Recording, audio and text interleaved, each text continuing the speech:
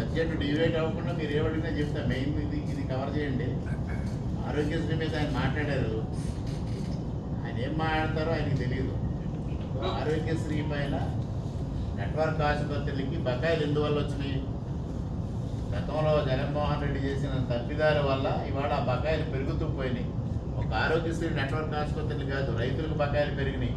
సీఎంఆర్ల గురించి రైస్ మిల్లర్స్కి బకాయిలు పెరిగినాయి. కాంట్రాక్టులకు బకాయిలు ఉన్నాయి. ఇవన్నీ వరుసగా తీర్చుకొస్తా ఉంది. గత 10 రోజులుగా ఇబ్బంది మొదలైంది. ప్రభుత్వం చర్చలు చేస్తూ ఉంది.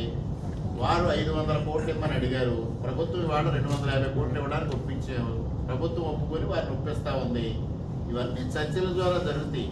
వారంటారు ప్రెస్ స్టేట్మెంట్ ఇమ్మంటారు. ఇవాళ నేను ప్రభుత్వంలో ఉన్నప్పుడు సంబంధిత మంత్రులతో, సంబంధిత అధికారులతో, అవసరమైతే ముఖ్యమంత్రి గారితో మాట్లాడతాం. నిన్న కూడా వైద్య ఆరోగ్య శాఖ మంత్రి గారు నేను కలిసి ఉన్నాం.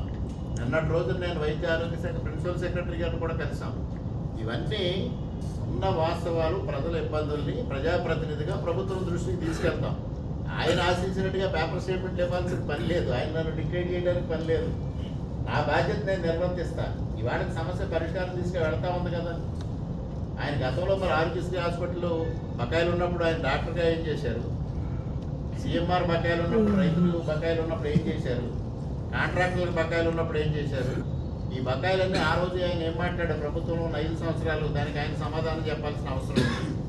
ఇవాళ ఆరోగ్యశ్రీ చేసుకునే వాళ్ళకి మీరు ఇవ్వండి కొంత డబ్బు అని ఆయన సలహా ఇచ్చారు. ఆ వీడియోలో సంబంధం లేని విషయం. ఈ సందర్భంగా నేను ఒకటి అడుగుతా ఉన్నాయన్ని. కరోనా సమయంలో, అతి క్లిష్టమైన సమయంలో ఆయన ఆసుపత్రిని కరోనా ఆసుపత్రిగా ప్రకటించారు.